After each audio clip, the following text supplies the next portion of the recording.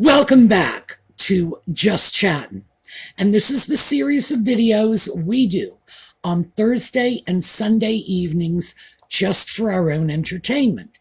And I assume you've noticed that Audie is behind me trying to get into my lap. So we're going to do a little bit of Audie information. Come on over and you can say hi. Come on. All right, there you are. There's hi. It's been snowing here, and we're supposed to get more snow. Now, Audie does not like snow. He likes watching it, but he doesn't actually like being in it. So he was, and here's a quick little photo of Audie footprints in the snow. So as you can see, it wasn't much, but it's just enough to really irritate him. So he would go out for a couple of minutes, wander around, get his little paws wet, and then come back in. And all of that running around he usually does, checking out the neighbors and sleeping on their porches and, jumping on their trash cans and irritating their dogs and all the rest of that. All that he reserved for indoors. So last night, he stole a can of Coke, an entire can of Coke. I have no idea what he did with it. I was busy. In fact, I was doing a little work for this video when I heard the crash and thud, went back, and everything's all over the floor, and the can of Coke is conspicuously missing. Now, it was one of those small cans. I think they're like 8 or 10 ounces, and it's gone. I have no idea what he has done with that can of Coke. I couldn't find it last night. I couldn't find it this morning. It is, if I didn't know better, I would swear he found a way to pop the top, drink the Coke, and toss out the can. So, yeah, it's been fun at my house with a cat who's very irritated by the weather conditions. So, here, why don't you, okay. He went, I'm surprised. Today, I thought we would do a little bit of follow-up. This is the aftermath of the Reitman's photo shoot, because many of you brought up some of these issues in your comments. And I thought we would catch up on a little bit of the current news while we're at it. So we'll get started when we come back.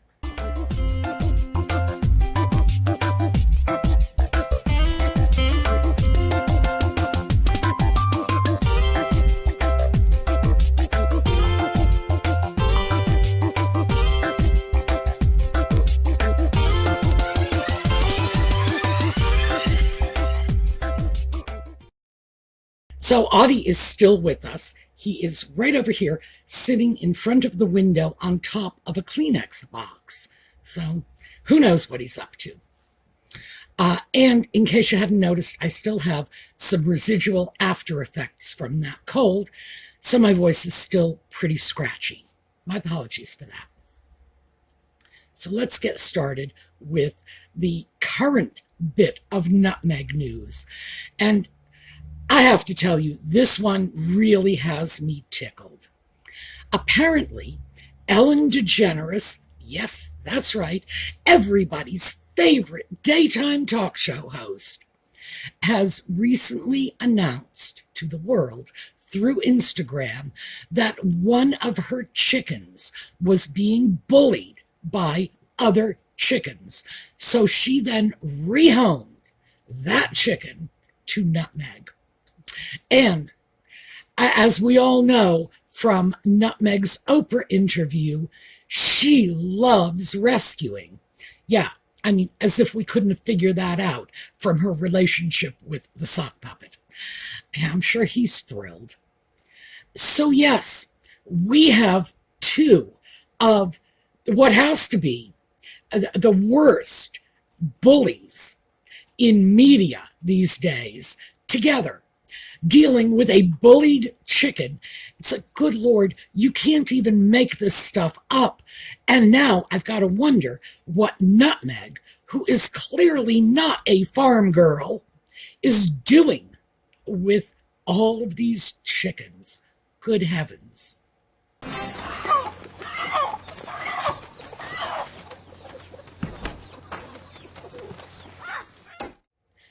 That little clip came from a movie called The Help. Great movie. And that, interestingly enough, relates to another little tidbit far back in my files, just a one-liner that I do intend to take a look at some future date. Nutmeg made a guest appearance on the show, Century City. And interestingly enough, when she was asked about the other members of the cast of Century City, she happened to mention Hector Elizondo, who is a great actor, no problem with that. I thought he did a fabulous job on Pretty Woman, and which I think is how Nutmeg knows who he was. And he also had a short-lived television show, I think it was back in the 70s, that was actually quite good. But there was another actor on that show that Nutmeg rather conspicuously failed to mention, and it was Viola Davis, the star of The Help. Again, back to that little clip. And I share this every opportunity I get. Viola Davis and I went to college together, and we were there at the same time, even in the same department. The reason for that was the department I was in was communications, and the theater department in that college was part of the communications department. So no, I was not a theater major, and she was. The theater kids were, oh, I don't know. We always thought they kind of kept to themselves. They had that reputation. And I hope it was true, because if it wasn't, maybe we were just, without realizing it, excluding them. But they always seem to be doing their own thing. I have always found it incredibly interesting that Nutmeg had an opportunity to work with a star of Viola Davis's caliber. And remember, the woman's won an Oscar, a Grammy, a Tony. She may have won more than one of those. But yes, Triple Crown. And that is the one Nutmeg overlooked. Wow. Maybe the competition, another actress of color, was a little more than she could handle. But that is an aside. We'll get into that at some other time. But no, Viola Davis is my homegirl, and nobody gets to diss her, thank you. So, we've got the chickens, we've got Nutmeg, and we've got Ellen DeGeneres. From last week's videos, there was more than one comment when I went through the bullying that was documented from that Reitman's photo shoot. There was more than one comment saying, that sounds just like the things that Ellen DeGeneres was accused of. Not allowing people to talk to her, not allowing people to make eye contact with her. And so this one just dropped into my lap a couple of days later. And I said, well, we can't resist this. But it does tell you something. There is a takeaway from this that we should all just absolutely be reveling in. Ellen DeGeneres is one of the most vilified people in Hollywood now. When she crashed and burned, she did it big time. And now she is making Instagram posts hitching her wagon to Nutmeg's star, and of course, Nutmeg is hitching her wagon to Ellen DeGeneres' star. It's like the Lusitania reaching out to the Titanic. It's just too bizarre for words. But yes, apparently they are both in their respective sinking ships, going down, clutching out for one another in order to have a little company on the way down.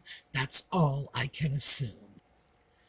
So in the period following the Reitman's shoot, which I didn't have time for in the last video, and frankly, it's not enough for a full video, but we'll add it to the chickens because it's another, you just can't make this stuff up moment. When the shooting was done for this commercial and these little publicity photos, there were many of you in the comments who said those images were just photoshopped into the next century. Well, you would be right. And it was because Nutmeg requested the photoshopping.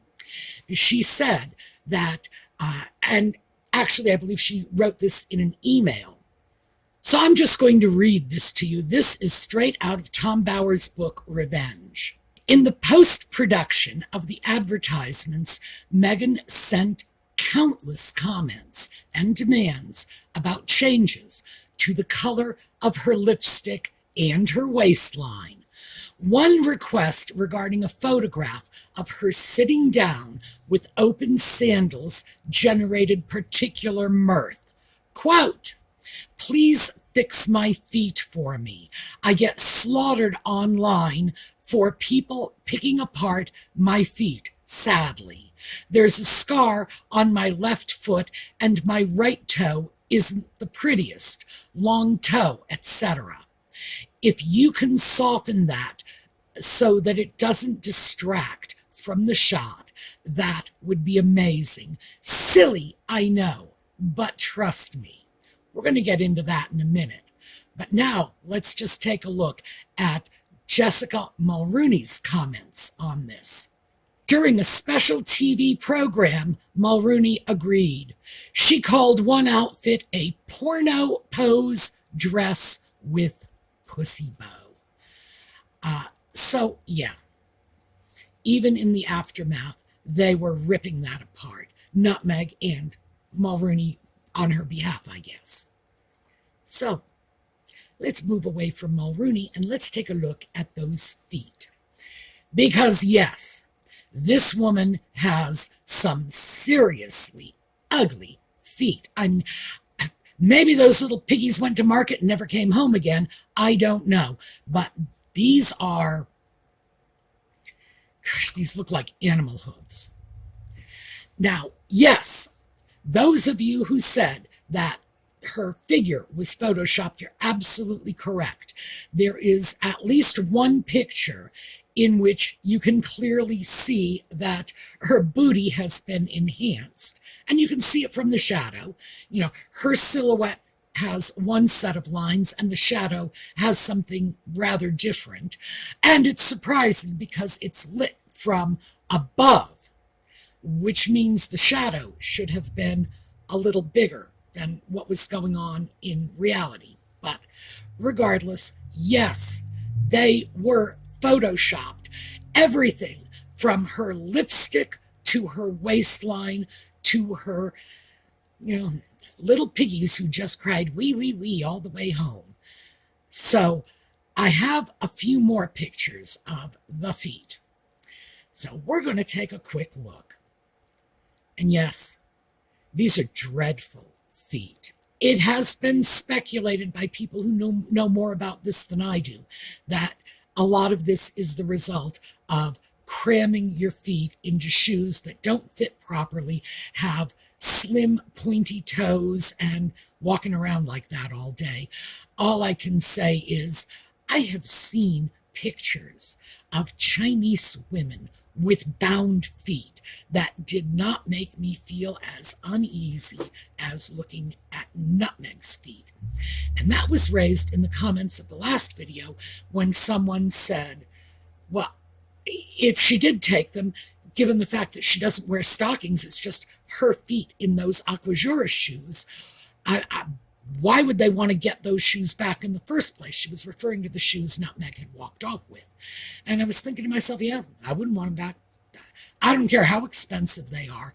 I would not want them back because these are not attractive feet. So, yes, here we go. The waistline, and we all know that Nutmeg does not have much of a waistline. The backside, which has absolutely been enhanced. And this is beyond the way Nutmeg stands in these photos, thrusting her butt out. But it's been enhanced beyond that. So yes, even the stuff we did see coming out of that photo shoot was very heavily doctored and at Nutmeg's insistence, which means there's nowhere for her to go. A lot of celebrities will say, oh, the picture was taken, but then in editing, They did a lot of stuff that I never authorized. No, not only did she authorize this, she demanded it. So there was some sort of publicity event hosted for fashion journalists. And this was in the wake of the Reitmans campaign in order to generate interest in the Reitmans campaign. And Nutmeg apparently had a major meltdown, worrying about how the setting of the event was not up to the standards Jessica Mulrooney would expect. The agent was a little bemused by this because she didn't think any of the people from Los Angeles would even know who Jessica Mulrooney was, and certainly wouldn't care. But yes, at that point, Jessica Mulrooney, the one who said that the clothing and the poses for Reitmans rather looked like a porno shoot. No, Nutmeg was still apparently scrambling around to get Jessica Mulrooney's approval. And this is interesting because Jessica Mulrooney they were like conjoined twins between the period when Nutmeg was attempting to establish herself as an activist and doing all of these high-profile photo shoots, and we'll get into those later. But Mulrooney was also a member of her wedding party when she married the sock puppet, and then very quickly dropped off Nutmeg's radar. I did a whole video about that, so I'm not going to rehash that. The video's there if you want to take a look at it. Mulrooney had alienated a social media influencer, a woman of color, and it seemed to be largely over Mulrooney's lack of support for the Black Lives Matter campaign. So, now, in retrospect, of course, we can look at this any way we want to. There's been a lot of information coming out about that. I mentioned Viola Davis, who I went to college with, and Candace Owens, who I went to the same college, not with. The university where I got my master's degree was Candace Owens Undergraduate University. We were separated by about 10 years. We were not there at the same time. So, yes, another one of my homegirls. And Candace Owens has done an awful lot of work basically exposing the Black Lives Matter movement. And this is before most of that was coming out. I do not believe Mulrooney had said anything against Black Lives Matter. She was simply called out for not saying something in favor of Black Lives Matter. And I think the remainder of that, of course, is no reason to criticize anyone. People do not have to get involved with your favorite political cause. It doesn't make them wrong if they just don't offer your cause support. But Mulrooney's comments following that, I think, were very ill-advised. But yes, Nutmeg dropped her like a hot potato. So that was more of the sort of weird Reitmans aftermath as things crumbled, as Nutmeg, and frankly, most of the people who have ever been involved with Nutmeg began their own independent crash and burns. And I think a lot of this is indicative of the fact that neither Nutmeg nor any of her associates really have a very clear sense of where the public's mind is at any given moment. Mulrooney was not clear about the fact that arguing with somebody about, an issue that I think was not about Black Lives Matter. If I had been Mulrooney, I wouldn't have let them define it in that context. But hey, I'm not Mulrooney. She didn't have a sense of where the public's mindset was in the early days of the Black Lives Matter thing. And she certainly didn't have any sense of how very inappropriate the comments she made in the aftermath of that would be. So let's finish off with a couple more tidbits from the current headlines. One of these is that a royal expert, and you know how I feel about that, a royal expert has suggested that Nutmeg and the sock puppet might feel wounded, that their brilliant docudrama series was not nominated for an Emmy. Like, well, could it have been? It certainly, I don't know, it bombed utterly, completely as a documentary, because it was not a documentary. There was virtually nothing in that entire series that could be constituted as factually based. Nothing. What? It was simply one fantasy layered on top of another.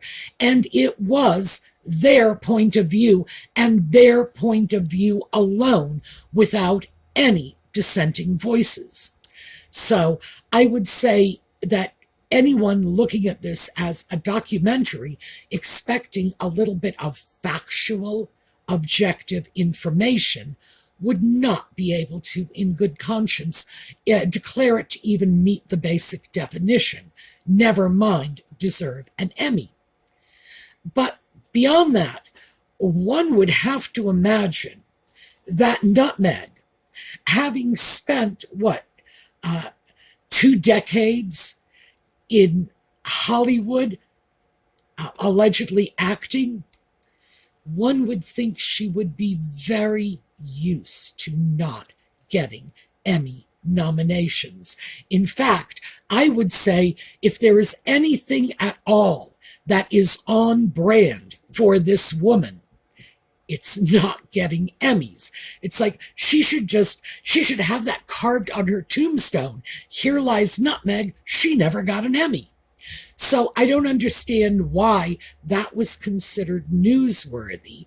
I don't know on what basis this alleged royal expert, well, I don't know on what basis they're declaring themselves to be a royal expert to begin with, and on what basis they feel they have the inside track, but still, headlines, article below. So yeah, we've got that one to chew on. Obviously, I don't think anyone, other than Nutmeg and the sock puppet, well, Nutmeg, and then she told the sock puppet, therefore the sock puppet expected an Emmy. I think she's certainly the only one who expected any kind of awards to come out of this. So, well, I'm so sorry she's disappointed. The other new tidbit, which has come out as almost as an aside from a book about the life of the late Queen Elizabeth, is that she did not know that Nutmeg and the sock puppet were going to abscond with her nickname for their putative child. And that she was extremely hurt by this. That in her mind, when they said, we would like to name our putative child after you, she thought they meant Elizabeth. And one could reasonably expect that that is not only what she thought, but that she was reasonable to think it. Because if they were thinking about naming the child Lilibet, and we know they were, because they reserved that domain name, Lilibet Diana, long before the putative child allegedly came into the world. So they knew what they were doing. It is very likely that they secured her approval under false pretenses. We all pretty much knew that at the time. I don't think there was anyone who had any moment of doubt about this. But what did come of it, and this was the difficult part for me, was that, and not just me, I don't want to make it sound like I'm the only one who got pricked by that. I'm sure a lot of people did. Detailing how profoundly angry and unhappy the late Queen was by this. That was a bit of newsworthy. All right. Sorry. That was a bit of newsworthy gossip.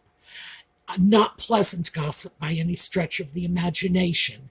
The idea that the late Queen, just losing her husband, being in very poor health, the sock puppet allegedly knowing about this, and that they would do something like this.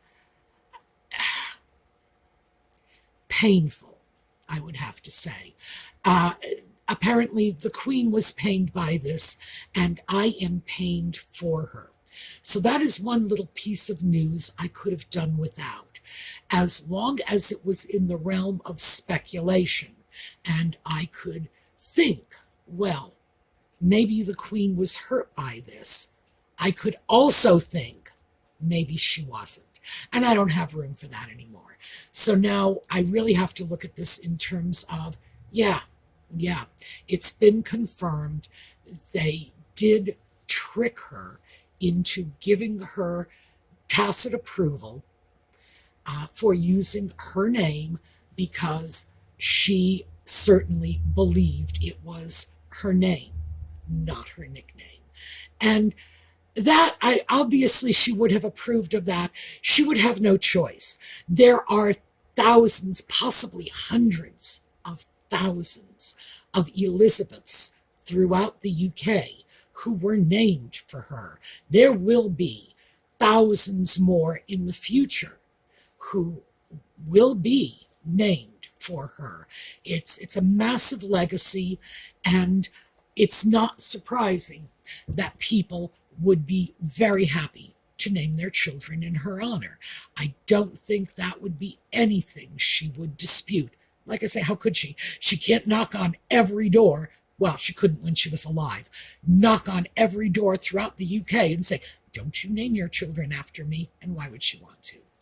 But yeah, the idea that this was painful for the late Queen, it hurts.